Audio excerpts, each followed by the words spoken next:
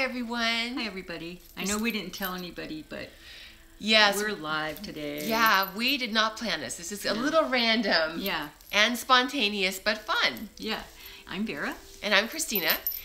And Vera and I are going to be traveling around later today, so that's why we're here a little early. Yes. And Vera, do you want to share with them what we're going to be talking about today? We're going to be showing gratitude to our veterans and talking about post-traumatic stress.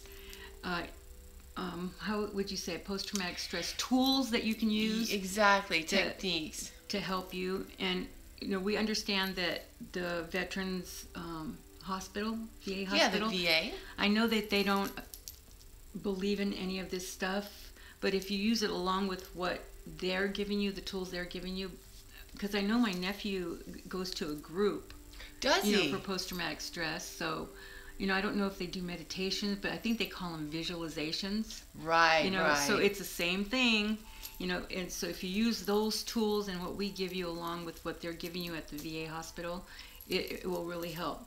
Because I have one of my former students is a social worker for the VA hospital, or was, and she was always like wanting to give them more information about what she learned in our class and everything, but she couldn't because it wasn't. They don't approve of that kind of thing. Exactly. Right. So she would say things to kind of make it work within. She's very clever. Lorna. Michelle.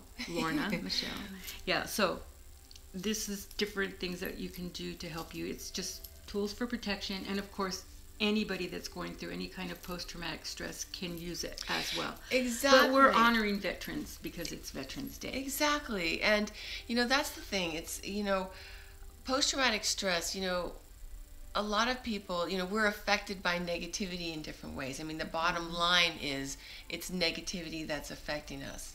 And one of the things that I did want to say is that with tools for protection, sometimes it's very individual also of what is going to be strong for us. Yep, it is very customized to you. Exactly, because, I've talked about it a little bit every once in a while, but I was going through that, and I was not a soldier or anything, but it was the post-traumatic stress from the past. And, it's interesting because there's a majority of women who have been sexually attacked, and they have post-traumatic stress. Oh, yeah. It's pretty common. And the tools that we were taught at the office where we worked, at Sylvia Brown's office, were not strong enough. They weren't helping. So Vera and I wanted to give some things that you can kind of check out yourself. You can try different ones, because for me, something might have worked for say an hour or an afternoon, but then the negativity started coming back into my mind. It was just like a constant ongoing thing dealing with. But a lot of us, whether it's self-doubt or anxieties, it could be however negativity is affecting us. So these are just different tools that you can try, and as you're trying them, some you'll find are stronger than others, and individual tools are always going to be the most powerful. Yeah, and you can use the crystals too. Nobody has to know that you have a crystal in your pocket. Yeah. And it's it's called Apache tear, and that is the one that's most for the military or people that have been to war or war type situations where you're terrorized and that kind of thing. Right. So it doesn't have to be just for military, but it's basically a military stone for people that are in service. And it's interesting too, because one of the things that Vera and we've discovered is that it's not just things that were done to a person. Sometimes it's the things they've had to do, or sometimes it's guilt. And that's what Angus on the other side told us through Vera, is that a lot of times too, survivor's guilt is really strong. Why did my best friend go and not me when he was right next to me? And don't you think, Vera, that a lot of that, just having some of the awareness of philosophy can really help with that, to know it's not just a random thing that it just happened, to know that it could be a part of a chart where maybe they had a past life, because you've found that before, where this person help them in a past life, and then it was their turn to experience going or what have you. Yeah, yeah. So, but that's really challenging for some people because they don't have our philosophy. So you have to do what works for you. But man, if they could just even consider it and just because how can you prove it? You're not going to be able to know till we're on the other side. Right. That's what I tell people. I don't know. It's just that's the way I feel, and that's what I've seen, and I've experienced it, and it resonates to me. If it doesn't for you, then that's okay too. Right. But at least give it a chance. Just give it a chance, like that lawyer. Remember that I told you guys about last time? I think the lawyer that didn't believe. Oh, yeah. Right. Your client that saw his dog. Yeah. If you didn't see that episode, go back. Yeah, to that one. To that one. It was not the last one. But the one because before. His wife had bought him the past life, and he was like the past life regression that you were doing for him as a gift. Yeah, and he was like not having it, but of course he went because she wanted him to go. Right. But anyway, that's the kind of situation where at least he gave it a chance, and then he saw something. It worked, so he was just like blown away. Wow. Yeah, so that's what I'm just saying. Don't throw the baby out with the bathwater. If you don't believe in past lives, that's okay. But use spiritual tools or tools for protection, or a crystal that'll remind you, that you are a warrior in this life, but you have the protection of all the warriors that went before you. I like that. Yeah, and it goes back through time. And that stone has that energy of all the ones that are protecting the ones that went after them. That is really cool. Yeah, I like that. And that's what I gave my nephew. I gave him a crystal. I gave him a huge one. I mean, a big old cluster. Wow, did you? Because, for his post-traumatic stress, and I just told him, every time you see this crystal, and he has it in a place that he sees it every day. That's great. And it's just a reminder that he's powerful, that he's strong, that he's able to, handle whatever situations that come up. Or whatever pops in his head. See, that is exactly the perfect point. That when we're dealing with negativity or post-traumatic stress, what have you, whatever it is that's in our mind or replaying in our mind or just at us, right, is a negative that we want to try to replace with a positive. Yeah. That is our goal. And so that's perfect because you're taking out the negativity that's bothering you, trying to replace it with a positive of his strengths. Yeah. And that's interesting too because that's one of the things that Angus said is that, one of the hardest things for people sometimes is that we don't see our own goodness. Yeah.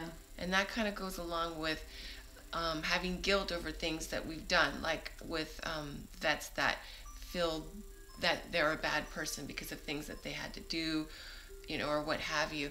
But not only that, when something happens to you in life, like let's say if we're attacked or something, then we feel like an object. We feel lesser than, or what have you. So in whatever way, we need to be reminded of our virtues and our goodness, and that is a great way to do it. Another way is visualization. That object, though, having an object like a crystal is really good. And then other things that we could do is visualization. So if negativity starts to bother you, some of the basic tools that you could do are like the things that we've talked about, the perimeter of white light around you, that's God's love, and only the positive can come in, and it's just light, and it burns out any negativity. But I worked at the Defense Depot in Tracy, and I was around a lot of military. I've been around a lot of military all my life because of my family and stuff. But a lot of guys, it's too airy-fairy for them. You know what I mean? Sammy's on. Yeah, she's on. I'll have to wow. Get her back. Yeah, so... let's see if we can find her over here. Yes, you were saying that you were around a lot of military. And a lot of it, this is too airy-fairy for them, is what I'm trying to say. I see. So that's what, we have to use other ways to get them to be able to use... She was just saying that she missed the first part. That's we okay. Didn't tell anybody. Yeah, it's a kind of a surprise. Yeah, we're just spontaneity. There you go. So we're just talking about veterans and post-traumatic stress and tools of protection that they can utilize to help them day to day. And we're human beings, and even when you do the most amazing regression and you release a lot of negativity. There's still sometimes, it's especially as deep as that core issue goes, if that weed is really deep inside, things will still pop in, but you can still use that tool to chop that weed down. You just brought up a really good point that I didn't want to forget. One of the things that Angus also said about it is that post-traumatic stress and negativity that bothers us like that is something that's always there, but we just have to learn how to control it. Because I was always afraid, like, I want this to be over. I mean, it's over, but it's just that being in life on this negative planet is that negativity it's always going to be there. And so we just learn how to control it and learn how to use these tools to lessen its effect on us. Yeah, that's it. Yeah, and our strength comes up. Yeah. So, and for some people it works right away, and other people it takes time, and it's okay. There's no wrong way to do it. Exactly. Because sometimes it can just be even from how we're programmed by our parents or by society or by religion or just by life, things that happen, that kind of thing. But yeah, and so there's visualization. There's the white light of the Holy Spirit in a perimeter. There's your angels that... Vera and I do a lot of talking about angels, and they can stand in front of you to where if any type of negativity is coming at you, they block it, like with Michael the Archangel with his golden sword to cut through any negativity. They can stand by your side. That's some of the visualization that you can use. There's a lot of different types. And then there's the crystals. But, whatever tools for protection that help you to remember your strengths.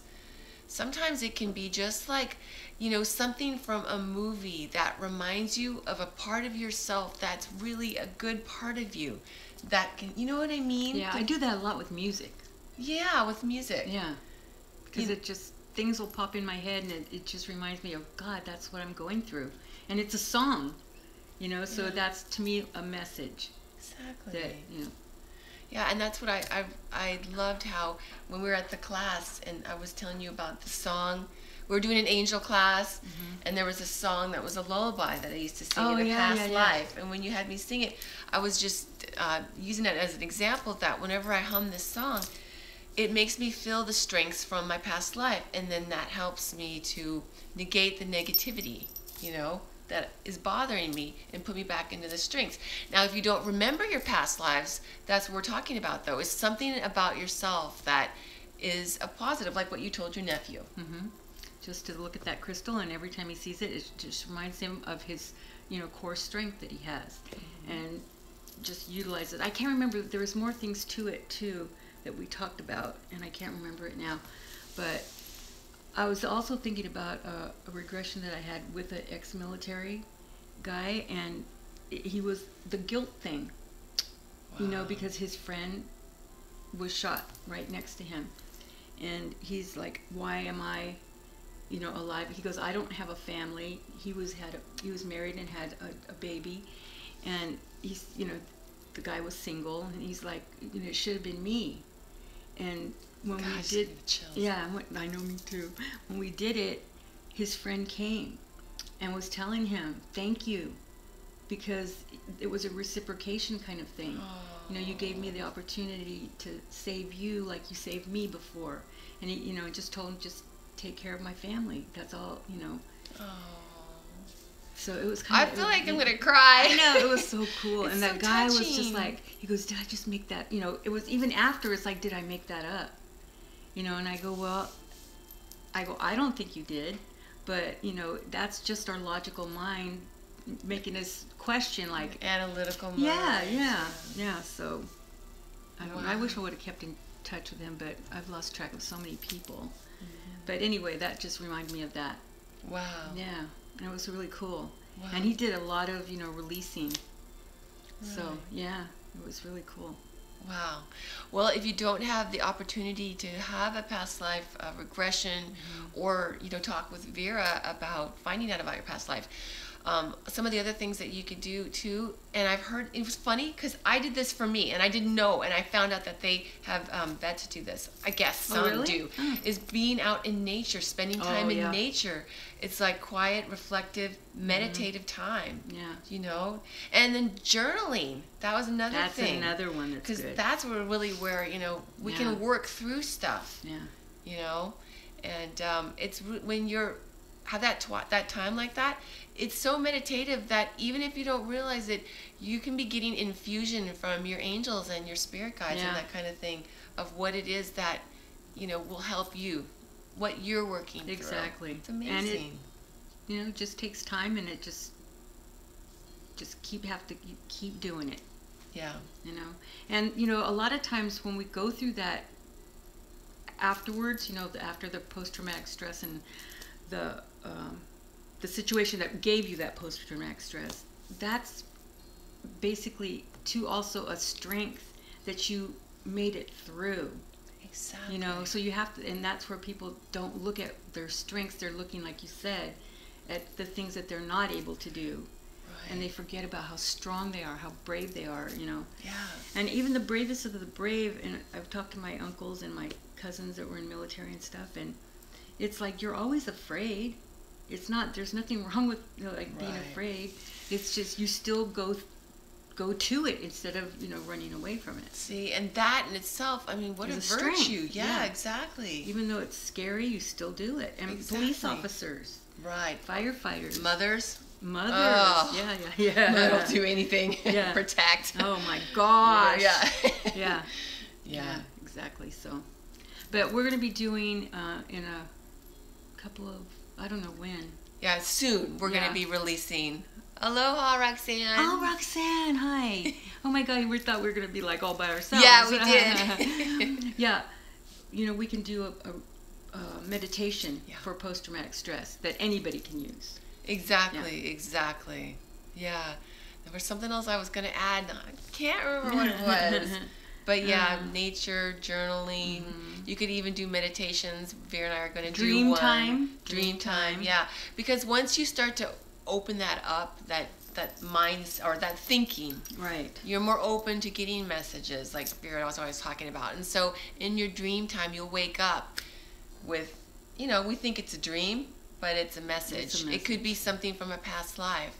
And, you know, that's one of the things I wanted to say is that, like you were just saying, because we went through it, you know, sometimes we find our greatest strength in what we've gone through, don't we? You know, it's true. I mean, we have to experience everything, you know, not just make it go away, because like, what are you feeling? What are you going through? And that's what makes you stronger. That's we're exactly it. We're a quick fix society. We want, you know, give me a pill for this, give me a pill for that. You know, instead of doing what the ancients did. Exactly. You know. Exactly. Because when I was going through that, I knew it was something spiritual. Yeah. And I was trying to figure it out, you know. And the last thing I wanted to say about that is that I just kept seeing my Michael Archangel. And I didn't know, like, you know, in dreams and meditation and that kind of thing.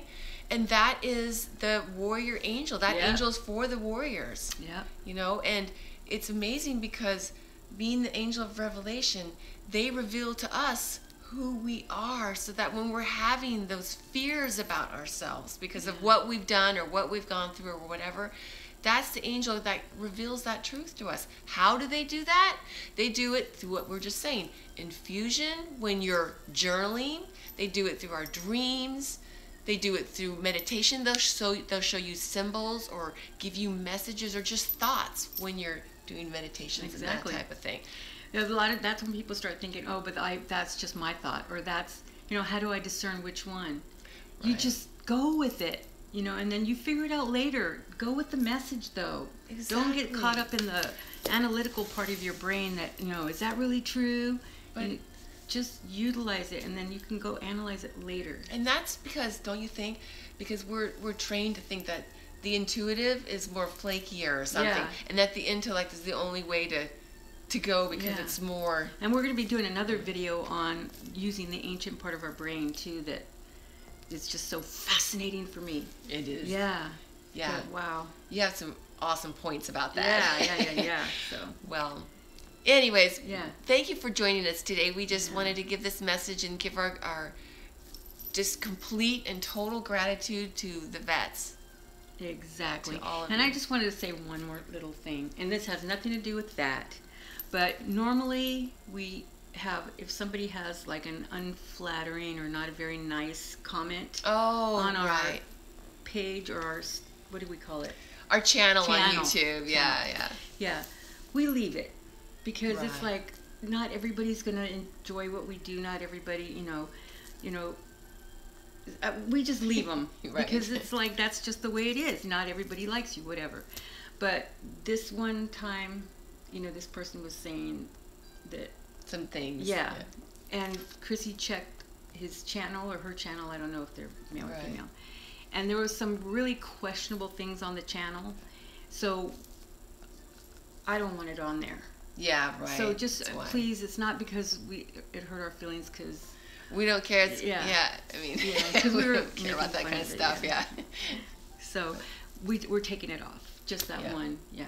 Because it's not a good. It's not good channel. content. No. So just to let you know, it's not. We don't block people because they say negative things about it. It's because we're lonely and sad. That's why. I'm just a lonely girl. Lonely and blue. I have nobody. Anyway. Yeah. That's why we did it, just so you know. Yeah. Thank you guys for joining us today. We hope you have a great week. Yeah. We'll see you soon. Bye, Sammy. Bye, Roxanne. Yeah. Bye, Sammy. Bye, Roxanne. Thank you for joining us. Tuning in. We're going to be on later this afternoon. All right. Bye. Thank you. That was funny.